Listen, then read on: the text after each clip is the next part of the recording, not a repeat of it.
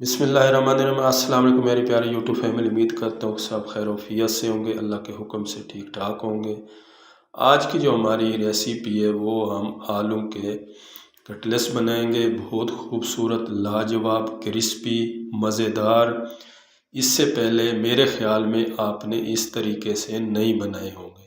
یہ اتنے لذیذ، اتنے مزیدار ہیں، یقین کریں آپ بار بار بنانے پہ مجبور ہو جائیں گے۔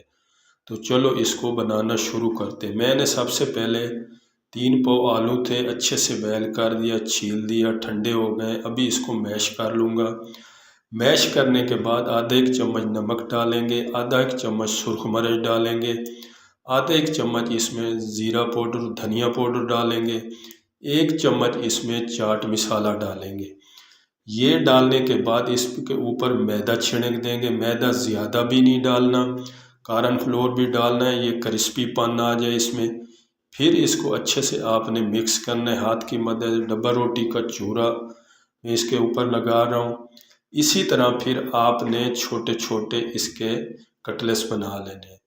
چھوٹے چھوٹے بنائیں گے انشاءاللہ خوبصورت لگیں گے۔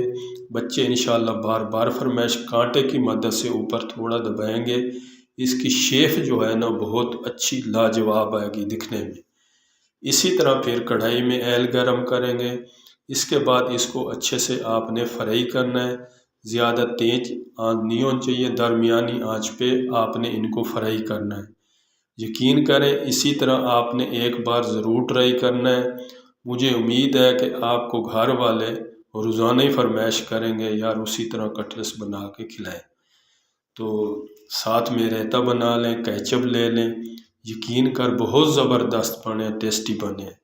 تو ویڈیو اچھی لگی ہے لائک کریں، سبسکرائب کریں، شیئر کریں۔ مجھے دیں اجازت۔